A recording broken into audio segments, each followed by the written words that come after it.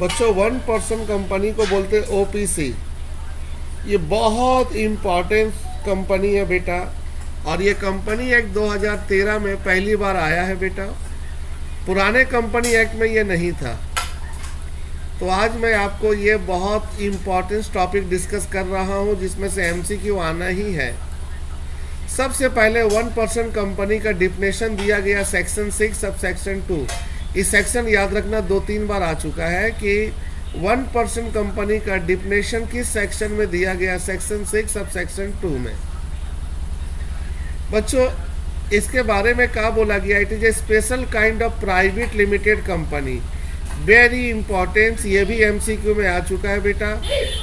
1% company जो है वो प्राइवेट लिमिटेड कंपनी है, लेकिन याद रखना बेटा इसके सिंगल मेंबर होंगे। मेंबर मतलब मालिक।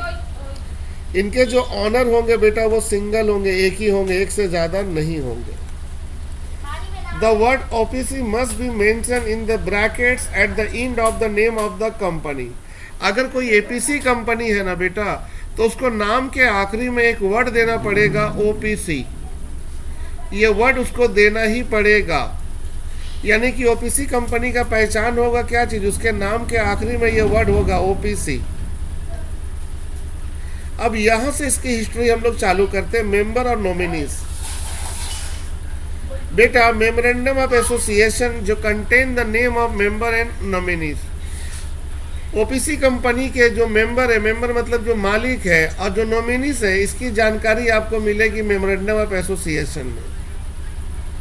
बेटा ये जो मेंबर है और नॉमिनीज है, ये दोनों नेचुरल पर्सन होंगे। नेचुरल मतलब हम लोग जैसे लोग होंगे, ह्यूमन बीइंग होंगे बेटा। ये they must be Indian resident and Indian citizen.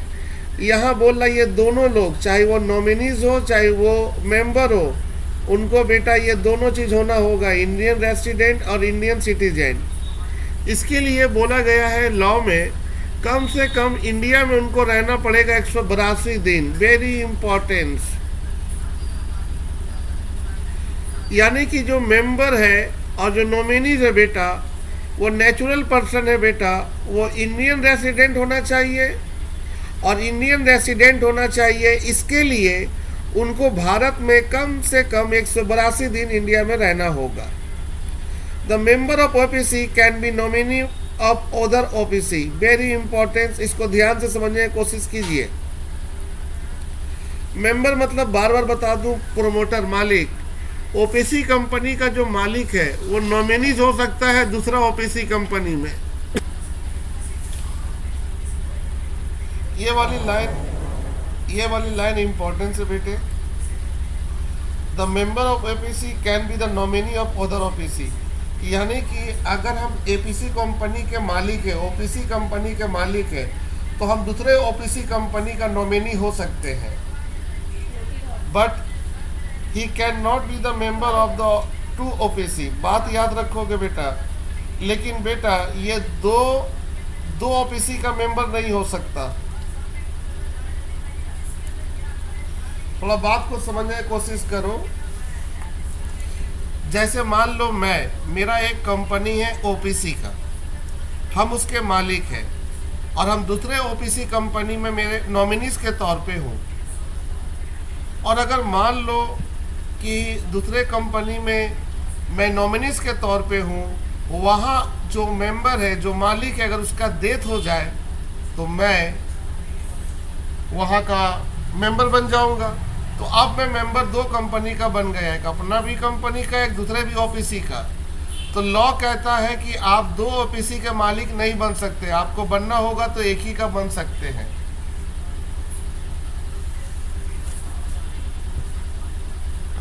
यहाँ वही कह रहा। पहली बात यहाँ ध्यान से देखो, the member of OPC can be nominee of other OPC. अब मेंबर मतलब मालिक है। अगर आप मालिक है ओपीसी का, तो आप दूसरे ओपीसी में आप नॉमिनी बन सकते हैं, but he can not be the member of two OPC. लेकिन आप ध्यान रखिएगा, दो ओपीसी का आप मालिक नहीं बन सकते। अब देखिए आगे एक सेंटेंस क्या बोल रहे, in case of member of two OPC, अगर आप दो ओपीसी के मालिक हैं, he must be leave as a member from one OPC. तब आपको एक ओपीसी का मेंबर छोड़ना पड़ेगा, यानी कि आपको एक ओपीसी से मालिकपन को छोड़ना पड़ेगा, यानी कि आप दो ओपीसी में मालिक नहीं बन सकते, एक ठो को छोड़ना पड़ेगा। तो लीगल रिक्वायरमेंट जो होगा उसको आपको पूरा करना पड़ेगा 180 दिन के अंदर। वेरी इंपॉर्टेंट, 180 दिन। एमसीक्यू में आ सकता है कि एक मेंबर यानी कि एक प्रमोटर दो ओपीसी में मालिक है, तो अगर वो एक ओपीसी छोड़ना चाहता है तो उसको अपना लीगल रिक्वायरमेंट कितने दिन के अंदर कंप्लीट करना चाहिए? तो 180 दिन। The nominee can not be the nominee of other OPC. Very importance बेटा, नॉमिनी खाली एक ही ओपीसी का नॉमिनी बनेगा, दूसरा ओपीसी का नॉमिनी नहीं बन सकता है। ध्यान देना, मेंबर जो है वो नॉमिनी बन सकता है, लेकिन जो नॉमिनी है वो नॉमिनी दूसरा ओपीसी का नहीं बन सकता। खाली एक ही टोकन आपको बनना पड़ेगा नॉमिनी, याद रखना। But he can be the member. ये जो नॉमिनी है वो मेंबर बन जाएगा कब बेटा? जब बेटा मेंबर जो है मेंबर उसका डेथ हो जाए, या वो मर जाए, या इनकैपेसिटी यानी कि उनके पास अब कैपेसिटी नहीं है, तब ऐसे हालात में जो नॉमिनी है वो ओपीसी का मालिक बन जाएगा, यानी कि मेंबर। तो यहाँ से यहाँ तक को आप रिव्यू करिएगा, बहुत इंपॉर्टेंस है। आइए हम रिव्यू करते हैं और उम्मीद करते हैं कि ये आपको बहुत मदद करेगा एग्जामिनेशन में। 1% कंपनी को आप शॉर्ट फॉर्म में बोलोगे ओपीसी। इसका सेक्शन याद रखना 6 सब सेक्शन 2। बेटा ये एक प्राइवेट लिमिटेड कंपनी है बेटा, इनके मालिक जो होंगे वो सिंगल होंगे बेटा। ओपीसी कंपनी की पहचान कैसे करोगे? कोई भी कंपनी के नाम के आखिरी में एक ब्रैकेट में क्या होगा? ओपीसी। अब आते हैं मेंबर और नॉमिनीज। मेंबर मतलब मालिक, नॉमिनीज मतलब आप जानते हैं सेकेंडरी पार्टी। बेटा मेमोरेंडम ऑफ एसोसिएशन में मेंबर और नॉमिनीज दोनों के बारे में आपको जानकारी मिल जाएगा। दोनों नेचुरल पर्सन है बेटा, यानी कि इसमें आर्टिफिशियल पर्सन नहीं होंगे, दोनों ही नेचुरल होंगे, यानी कि दोनों ही इंडिविजुअल होंगे। लेकिन याद रखिएगा, they must be Indian resident और इंडियन सिटीजन। चाहे वो मेंबर हो या नॉमिनीज हो, उसको रेसिडेंट बनना पड़ेगा बेटा। और रेसिडेंट बनने के लिए कम से कम 182 दिन इंडिया में रहना पड़ेगा। ओपीसी का जो मेंबर है बेटा, जो प्रोमोटर है, जो मालिक है, वो दूसरा ओपीसी के लिए नॉमिनी बन सकता है, लेकिन बेटा वो दो ओपीसी का मालिक नहीं बन सकता, मेंबर नहीं बन सकता। अगर वो दो ओपीसी का मेंबर है तब ऐसे हालात में उसको एक ओपीसी का मेंबरशिप छोड़ना पड़ेगा और उसको लीगल रिक्वायरमेंट पूरा करना पड़ेगा 180 दिन में। जो नॉमिनी है वो can not B nominee of other OPC. Nominee जो है बेचारा वो खाली एक ही ओपीसी का नॉमिनी बनेगा, दूसरा ओपीसी का नहीं बन सकेगा। But he can be the member. Nominee member बन जाएगा कब बेटा? जब बेटा जो मेंबर है उसका डेथ हो जाए या उसकी कैपेसिटी हट जाए, यानी कि इनकैपेबल हो जाए, वो कॉन्ट्रैक्ट नहीं बना पाए, तब वो मेंबर हट जाएगा और नॉमिनी मेंबर बन जाएगा।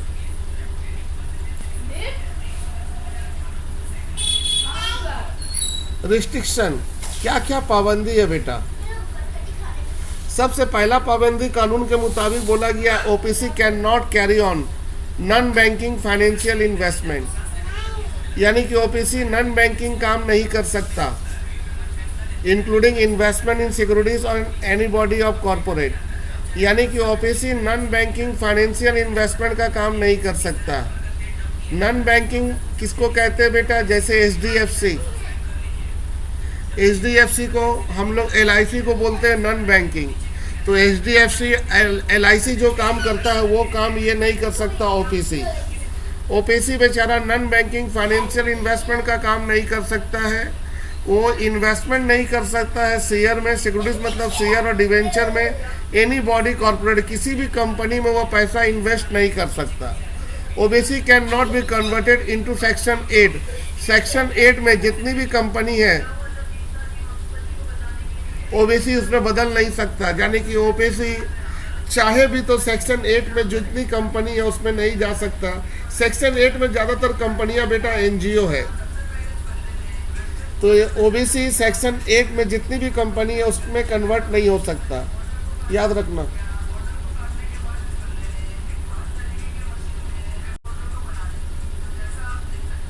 Change of nominees, company OPC के जो मालिक है वो नॉमिनीज को चेंज कर सकते हैं। If the nominee withdrawal his consent, या नॉमिनी खुद ही ओपीसी छोड़ना चाहता है, या other nominee nominated by the member, या तो जो कंपनी के मालिक है वो दूसरा नॉमिनी को नॉमिनेट कर रहे, मतलब वो क्या कर रहे हैं, पहला नॉमिनी को हटा के वो दूसरा नॉमिनी का नाम को अगर नॉमिनेट कर रहे हैं, there is no need to alter the memorandum of association, तो बच्चों उसको मेमोरेंडम ऑफ एसोसिएशन में कोई चेंजिंग करने की ज़रूरत नहीं है। ऐसे रूल क्या है बेटा, नॉर्मली ऐसे रूल है बेटा, आप चाहे पब्लिक हो या प्राइवेट कंपनी हो, अगर आप नॉमिनी बदलोगे तो आपको चेंज करना पड़ेगा कानून मेमोरेंडम ऑफ एसोसिएशन का, लेकिन ओपीसी में ज़रूरी नहीं है। ओपीसी कहता है कि आपको ज़रूरत नहीं है कि आप मेमोरेंडम ऑफ एसोसिएशन को चेंज करें, आप बिना चेंज किए ही नॉमिनी का नाम बदल सकते हैं। The member nominate the another nominees with in 15 days, याद रखोगे बेटा 15 दिन के अंदर आप नॉमिनीज का नाम रिकमेंड कर सकते हैं। यानी कि अगर फर्स्ट नॉमिनी कंपनी छोड़ दिया है तो आप 15 दिन के अंदर दूसरे नॉमिनी का नाम नॉमिनेट कर सकते हैं। The member of OBC must be file the notice, अच्छा बेटा जो कंपनी के जो ओपीसी होगा बेटा, हम बी लिख दिए हैं, ये ओपीसी होगा।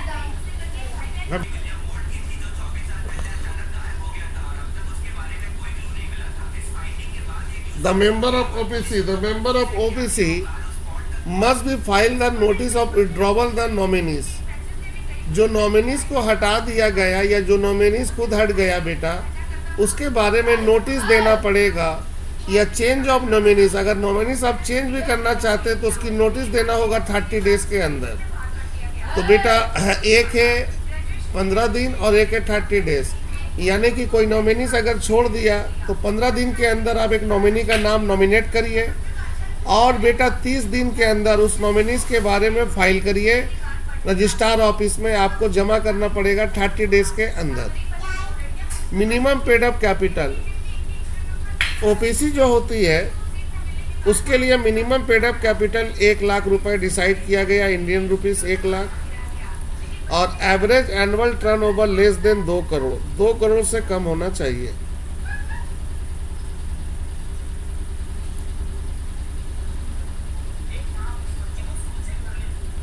तो मिनिमम पेड अप कैपिटल बेटा 1 लाख होगी इंडियन रुपीस, और एवरेज एनुअल टर्नओवर जो होगी 2 करोड़ से कम होगी।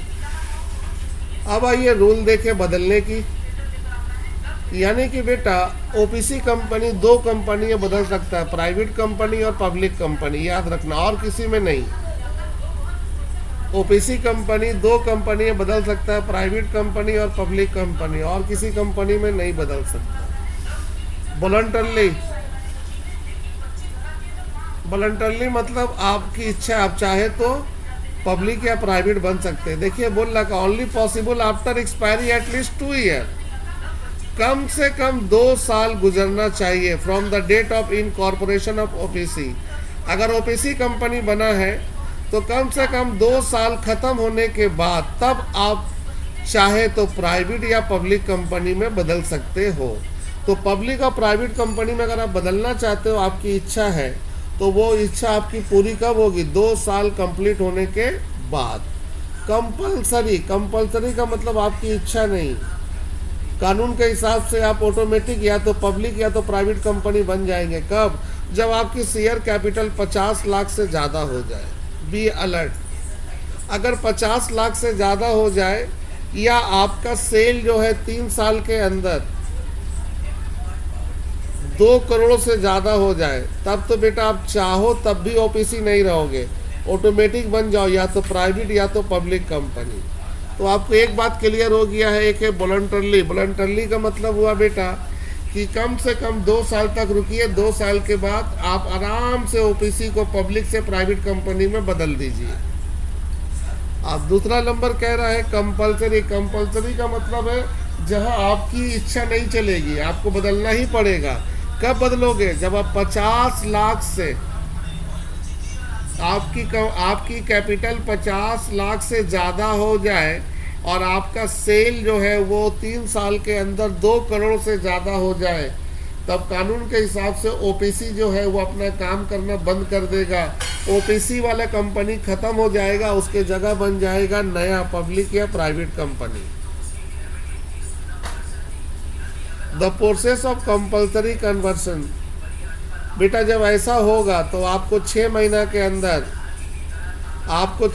के अंदर ही बदल दिया जाएगा, या तो पब्लिक या प्राइवेट में। याद रखोगे, अगर आपका कैपिटल 50 लाख से ज़्यादा हो गया, या आपका सेल 3 साल में 2 करोड़ से ज़्यादा हो गया, तो 6 महीना के अंदर ओपीसी को बदल दिया जाएगा बेटा, या तो पब्लिक या तो प्राइवेट में।